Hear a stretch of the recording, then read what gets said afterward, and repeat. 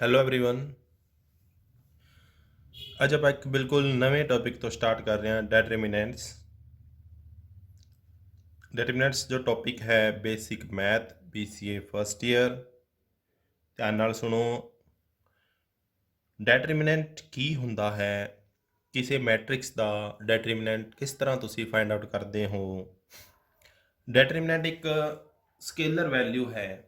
ਡੈਟਰਮੀਨੈਂਟ ਇੱਕ scaler value ਹੈ that can be computed from the element of the square matrix।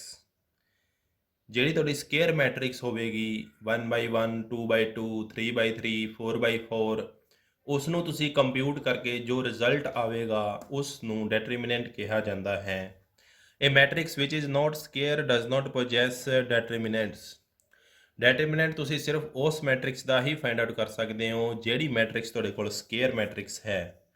ਜੇ ਕੋਈ matrix square matrix ਨਹੀਂ ਹੈ ਤਾਂ ਉਸ ਦਾ ਡੈਟਰਮੀਨੈਂਟ ਫਾਈਂਡ ਆਊਟ ਨਹੀਂ ਕੀਤਾ ਜਾ ਸਕਦਾ। ਇਹ ਗੱਲ ਧਿਆਨ ਰੱਖਣਾ ਹੈ ਤੁਸੀਂ। ਇਟ ਇਜ਼ ਡਿਨੋਟਡ ਬਾਈ, ਇਸ ਨੂੰ ਤੁਸੀਂ ਇਸ ਤਰ੍ਹਾਂ ਡਿਨੋਟ ਕਰਦੇ ਹੋ ਮੈਟ੍ਰਿਕਸ A, ਆਸੇ ਪਾਸੇ ਇਸ ਦਾ ਡੈਟਰਮੀਨੈਂਟ, ਜਾਂ ਕਈ ਵਾਰ ਤੁਸੀਂ ਇਸ ਨੂੰ ਡੈਟਰਮੀਨੈਂਟ ਆਫ A ਇਸ ਤਰ੍ਹਾਂ ਵੀ ਲਿਖਿਆ ਜਾ ਸਕਦਾ ਹੈ ਸ਼ਾਰਟ ਫਾਰਮ ਦੇ ਵਿੱਚ, determinant of A। How to find the determinant of the square matrix of order 2/2। ਸਭ ਤੋਂ ਪਹਿਲਾਂ ਤੁਹਾਨੂੰ ਮੈਂ 2/2 ਦੀ ਜੋ ਮੈਟ੍ਰਿਕਸ ਹੈ ਉਸ ਦਾ ਡੈਟਰਮੀਨੈਂਟ ਕਿਸ ਤਰ੍ਹਾਂ ਫਾਈਂਡ ਆਊਟ ਕੀਤਾ ਜਾਂਦਾ ਹੈ ਉਸ ਦਾ ਫਾਰਮੂਲਾ ਦੇਖੋ ਜੀ। ਮੰਨ ਲਓ ਇਹ ਤੁਹਾਡੀ ਕੋਈ ਮੈਟ੍ਰਿਕਸ ਹੈ, ਇਸ ਦੇ ਵਿੱਚ ਪਹਿਲਾ ਐਲੀਮੈਂਟ ਹੈ A11 A12 A21 A22, ਠੀਕ ਹੈ ਜੀ। ਤਾਂ ਇਸ ਨੂੰ ਮਲਟੀਪਲਾਈ ਕਰਨ ਦਾ ਕਿਵੇਂ, ਇਸ ਦਾ ਡੈਟਰਮੀਨੈਂਟ ਕਿਸ ਤਰ੍ਹਾਂ ਫਾਈਂਡ ਆਊਟ ਕਰੋਗੇ। ਇਹ ਮੈਟ੍ਰਿਕਸ ਦਿੱਤੀ, ਇਸ ਦੀ ਡੈਟਰਮੀਨੈਂਟ A11 ਨੂੰ ਪਹਿਲਾਂ A22 ਨਾਲ ਮਲਟੀਪਲਾਈ ਕਰਨਾ ਹੈ, ਉਸ ਤੋਂ ਬਾਅਦ ਮਾਈਨਸ ਦਾ ਸਿੰਬਲ ਲਿਖਣਾ ਹੈ, ਉਸ ਤੋਂ ਬਾਅਦ A21 ਨੂੰ ਮਲਟੀਪਲਾਈ ਕਰਨਾ ਹੈ ਜੀ A12 ਦੇ ਨਾਲ। ਤਾਂ ਇਹ ਹੈ 2/2 ਮੈਟ੍ਰਿਕਸ ਨੂੰ ਸੋਲਵ ਕਰਨ ਦਾ ਤਰੀਕਾ।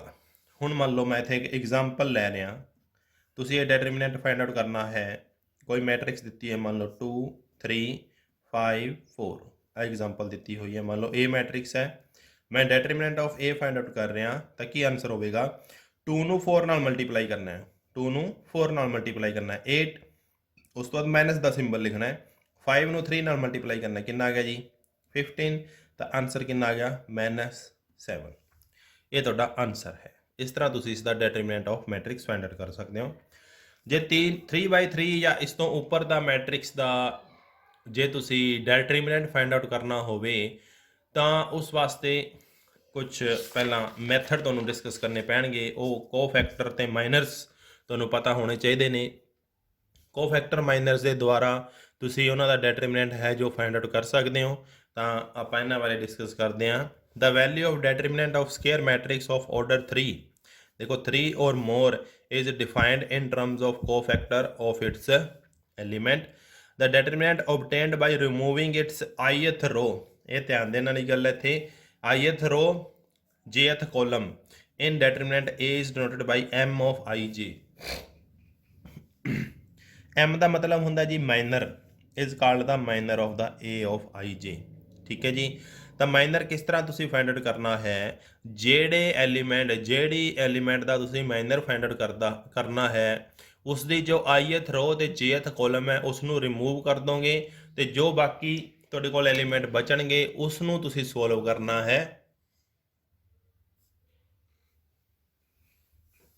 ਤਾਂ ਇਸ ਤਰ੍ਹਾਂ ਤੁਸੀਂ ਮਾਈਨਰ ਹੈ ਜੋ ਫਾਈਂਡ ਆਊਟ ਕਰ ਸਕਦੇ ਹੋ। ਇਹ ਐਗਜ਼ਾਮਪਲ ਦਿੱਤੀ ਹੋਈ ਹੈ ਡੈਟਰਮੀਨੈਂਟ ਆਫ A, ਕੋਈ ਐਗਜ਼ਾਮਪਲ ਹੈ, ਮੰਨ ਲਓ ਤੁਸੀਂ ਫਾਈਂਡ ਆਊਟ ਕਰਨੀ ਹੈ। ਇਹ ਮੈਟ੍ਰਿਕਸ ਦਿੱਤੀ ਹੋਈ ਹੈ।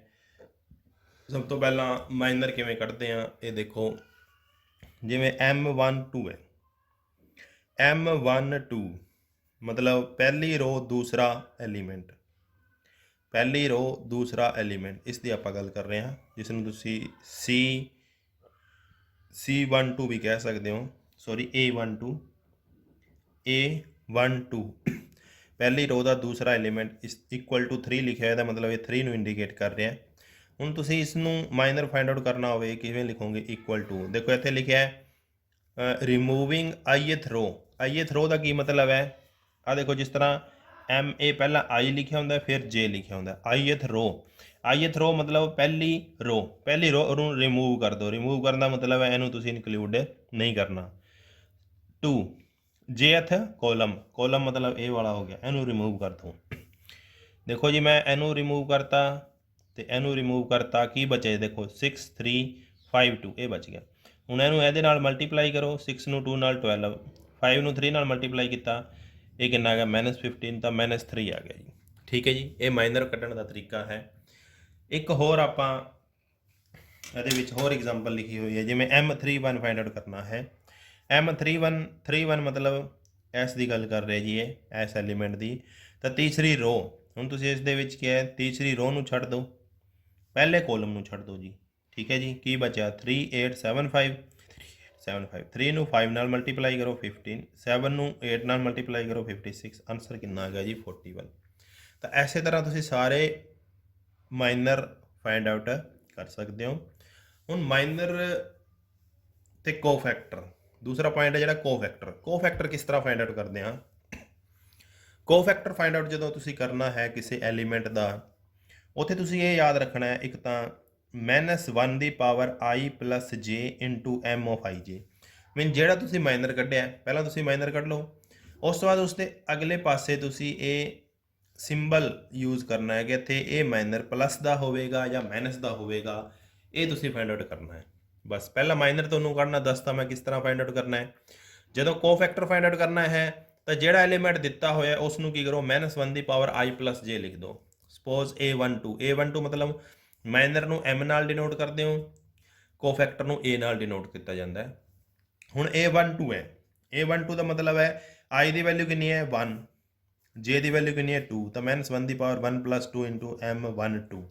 m12 ਦੀ ਵੈਲਿਊ ਕਿੰਨੀ ਹੈ ਦੇਖੋ ਜੀ, m12 ਨੂੰ ਤੁਸੀਂ ਸੋਲਵ ਕੀਤਾ ਸੀ, ਇੱਥੇ ਦੇਖੋ -3 ਸੀ, -3, ਤਾਂ ਇਹ 1 ਪਲੱਸ 2 ਕਿੰਨਾ ਹੋ ਗਿਆ ਜੀ 3, -1 ਦੀ ਪਾਵਰ 3 ਕਰਾਂਗੇ ਤਾਂ ਨੈਗੇਟਿਵ ਕੀ ਹੋਗਾ ਪੋਜ਼ਿਟਿਵ। ਬਸ ਇਹ ਫਰਕ ਹੈ ਦੋਨਾਂ ਦੇ ਵਿੱਚ। M31 ਫਾਈਂਡ ਆਊਟ ਕਰਨਾ ਹੈ, ਇਹ ਤੁਸੀਂ -41 ਫਾਈਂਡ ਆਊਟ ਕੀਤਾ ਸੀ, m ਇਹਦੀ ਪਾਵਰ 3 ਪਲੱਸ 1 4 ਹੋ ਗਿਆ ਜੀ, ਪਲੱਸ ਦਾ ਹੋ ਗਿਆ, ਇਹ -41 ਆ ਗਿਆ। ਇਸ ਤਰ੍ਹਾਂ ਤੁਸੀਂ ਇਸਦੇ ਕੋਫੈਕਟਰ ਹੈ ਜੋ ਫਾਈਂਡ ਆਊਟ ਕਰਦੇ ਹੋ। ਤਾਂ ਇਹ ਇੱਕ ਓਵਰਵਿਊ ਹੈ ਮਾਈਨਰ ਤੇ ਕੋਫੈਕਟਰ ਫਾਈਂਡ ਆਊਟ ਕਰਨਾ। ਹੁਣ ਤੁਸੀਂ 3/3 ਦੀ ਮੈਟ੍ਰਿਕਸ ਫਾਈਂਡ ਆਊਟ ਕਰਨੀ ਹੈ, ਉਹ ਤੁਸੀਂ ਈਜ਼ੀਲੀ ਫਾਈਂਡ ਆਊਟ ਕਰ ਸਕਦੇ ਹੋ। ਇਸ ਤਰ੍ਹਾਂ ਇਸ ਦੇ ਵਿੱਚ ਮੈਂ ਕੁਝ ਹੋਰ ਲਿਖਿਆ ਹੋਇਆ, ਜਿਵੇਂ ਪੂਰੀ ਜਿਹੜੀ ਮੈਟ੍ਰਿਕਸ ਸੀਗੀ ਉਸ ਦਾ ਤੁਸੀਂ ਜੋ ਇਹ ਨੀਚੇ ਮੈਟ੍ਰਿਕਸ ਲਿਖੀ ਹੋਈ ਸੀ, ਆ ਦੇਖੋ ਇਹ ਵਾਲੀ ਮੈਟ੍ਰਿਕਸ ਹੈ, ਇਸ ਦਾ ਤੁਸੀਂ ਇਸ ਮੈਟ੍ਰਿਕਸ ਦਾ ਡਿਟਰਮੀਨੈਂਟ ਹੈ ਉਹ ਕਿਸ ਤਰ੍ਹਾਂ ਫਾਈਂਡ ਆਊਟ ਕਰ ਸਕਦੇ ਹੋ। ਸਭ ਤੋਂ ਪਹਿਲਾਂ ਕੀ ਲਿਖਣਾ, A11 ਜੋ ਐਲੀਮੈਂਟ ਇੱਥੇ ਆ ਰਿਹਾ, ਉਸ ਤੋਂ ਬਾਅਦ -1 ਦੀ ਪਾਵਰ 1 ਪਲੱਸ 1, ਇਹਨੂੰ ਛੱਡ ਦਿਓ, ਕੀ ਰਹਿ ਗਿਆ A22 A32 A23 A33, ਫਿਰ ਪਲੱਸ ਦਾ ਸਿੰਬਲ ਸੈਕਿੰਡ, ਮਤਲਬ ਇਸ ਨੂੰ ਮੈਂ ਐਕਸਪੈਂਡ ਕਰ ਰਿਹਾ ਯੂਜ਼ਿੰਗ R1 ਰੋ ਦੇ ਦੁਆਰਾ ਇਸ ਨੂੰ ਐਕਸਪੈਂਡ ਕਰ ਰਿਹਾ। A12 -1 ਦੀ ਪਾਵਰ 1 ਪਲੱਸ 2, ਇਸ ਨੂੰ ਕੈਂਸਲ ਕਰੋ, A21 A31 A22 A33, ਇਹ ਰਹਿ ਗਿਆ। ਸਿਮਿਲਰਲੀ ਤੀਸਰੇ ਐਲੀਮੈਂਟ ਤੇ ਹੈ ਜੋ A13 -1 ਦੀ ਪਾਵਰ 1 ਪਲੱਸ 3, ਇਹ ਕੈਂਸਲ ਕਰੋ, A21 A22 A31 A32, ਇਹਨੂੰ ਮੈਂ ਸੋਲਵ ਕਰ ਲਿਆ। ਦੇਖੋ ਹੁਣ -1 ਦੀ ਪਾਵਰ 2 ਹੋ ਗਿਆ, ਮੀਨ ਪੋਜ਼ਿਟਿਵ ਹੈ, ਇਹਨੂੰ ਇਹਦੇ ਨਾਲ ਮਲਟੀਪਲਾਈ ਕਰੋ ਐਂਡ ਮਾਈਨਸ ਦਿਸ। ਠੀਕ ਹੈ ਜੀ, -1 ਦੀ ਪਾਵਰ ਇਹ ਨੈਗੇਟਿਵ ਆ ਰਿਹਾ ਤਾਂ ਇੱਥੇ ਮਾਈਨਸ ਲਿਖਤਾ ਮੈਂ, A21 ਨੂੰ A33 A31 ਨੂੰ A23। ਠੀਕ ਹੈ ਜੀ, ਇਹ ਇੱਥੇ 3 ਪਲੱਸ 1 4 ਪੋਜ਼ਿਟਿਵ ਹੋ ਗਿਆ, ਮੀਨ -1 ਦੀ ਪਾਵਰ ਪੋਜ਼ਿਟਿਵ ਆ ਰਿਹਾ ਤਾਂ ਆਨਸਰ ਕੀ ਹੋਊਗਾ ਪੋਜ਼ਿਟਿਵ ਹੀ ਆਵੇਗਾ। ਇਹ 13 ਇਸ ਦੀ ਵੈਲਿਊ ਇਸ ਨੂੰ ਇਸ ਨਾਲ ਮਲਟੀਪਲਾਈ ਕੀਤਾ, ਫਿਰ ਇਹਦੇ ਨਾਲ ਮਲਟੀਪਲਾਈ ਕੀਤਾ, ਇਹ ਇਸ ਦਾ ਡਿਟਰਮੀਨੈਂਟ ਆ ਚੁੱਕਿਆ ਜੀ। ਠੀਕ ਹੈ, ਤਾਂ ਇਹ ਬੇਸਿਕ ਤੁਹਾਨੂੰ ਮੈਂ ਦੱਸਤਾ। ਉਸ ਤੋਂ ਬਾਅਦ ਜੋ ਨੈਕਸਟ ਜੋ ਲੈਕਚਰ ਹੋਵੇਗਾ ਇਸ ਦੇ ਵਿੱਚ ਆਪਾਂ ਇਸ 'ਤੇ ਐਗਜ਼ਾਮਪਲ ਹੈ ਜੋ ਡਿਸਕਸ ਕਰਾਂਗੇ। ਤਾਂ ਜੋ ਅੱਜ ਦਾ ਆਪਣਾ ਟੌਪਿਕ ਸੀਗਾ ਡਿਟਰਮੀਨੈਂਟ ਸੀਗਾ। ਡਿਟਰਮੀਨੈਂਟ ਕਿਸ ਤਰ੍ਹਾਂ ਫਾਈਂਡ ਆਊਟ ਕਰਦੇ ਹਾਂ। ਡਿਟਰਮੀਨੈਂਟ ਹੈ ਜੋ ਇੱਕ ਸਕੇਲਰ ਵੈਲਿਊ ਹੁੰਦੀ ਹੈ, ਮਤਲਬ ਪੂਰੀ ਮੈਟ੍ਰਿਕਸ ਦੇ ਜਿਹੜੇ ਐਲੀਮੈਂਟ ਤੁਹਾਨੂੰ ਦਿੱਤੇ ਹੁੰਦੇ ਨੇ ਉਹਨਾਂ ਨੂੰ ਸੋਲਵ ਕਰਕੇ ਜੋ ਰਿਜ਼ਲਟ ਆਵੇਗਾ ਉਸ ਨੂੰ ਸਕੇਲਰ ਵੈਲਿਊ ਬੋਲਿਆ ਜਾਂਦਾ ਹੈ, ਉਹੀ ਤੁਹਾਡਾ ਕੀ ਹੋਵੇਗਾ ਡਿਟਰਮੀਨੈਂਟ ਹੋਵੇਗਾ। ਡਿਟਰਮੀਨੈਂਟ ਨੂੰ ਇਸ ਤਰ੍ਹਾਂ ਡਿਨੋਟ ਕੀਤਾ ਜਾਂਦਾ ਹੈ, ਜਾਂ ਡਿਟਰਮੀਨੈਂਟ ਆਫ A ਵੀ ਲਿਖ ਸਕਦੇ ਹਾਂ। 2/2 ਦਾ ਮੈਟ੍ਰਿਕਸ ਦਾ ਤੁਹਾਨੂੰ ਮੈਂ ਦੱਸਤਾ ਕਿ ਕਿਸ ਤਰ੍ਹਾਂ ਤੁਸੀਂ ਇਸ ਨੂੰ ਕੈਲਕੂਲੇਟ ਕਰਨਾ ਹੈ ਡਿਟਰਮੀਨੈਂਟ। ਇਸੇ ਤਰ੍ਹਾਂ ਤੁਹਾਨੂੰ 3/3 ਦੇ ਵਿੱਚ ਮਾਈਨਰ ਤੇ ਕੋਫੈਕਟਰ ਫਾਈਂਡ ਆਊਟ ਕਰਨੇ ਪੈਣਗੇ। ਉਸ ਤੋਂ ਬਾਅਦ ਤੁਸੀਂ ਕੀ ਉਸ ਦਾ ਜੋ ਡਿਟਰਮੀਨੈਂਟ ਹੈ ਉਹ ਫਾਈਂਡ ਆਊਟ ਕਰ ਸਕਦੇ ਹੋ। ਹੋਪ ਕਿ ਤੁਹਾਨੂੰ ਚੰਗੀ ਤਰ੍ਹਾਂ ਸਮਝ ਆ ਗਿਆ। ਜੇ ਨਹੀਂ ਆਇਆ ਤਾਂ ਪਲੀਜ਼ ਕਮੈਂਟ ਕਰੋ ਜ਼ਰੂਰ। Thank you for watching. Next video ਦੇ ਵਿੱਚ ਆਪਾਂ ਇਸ ਦੇ ਐਗਜ਼ਾਮਪਲ ਹੈ ਜੋ ਡਿਸਕਸ ਕਰਾਂਗੇ। Thank you for watching.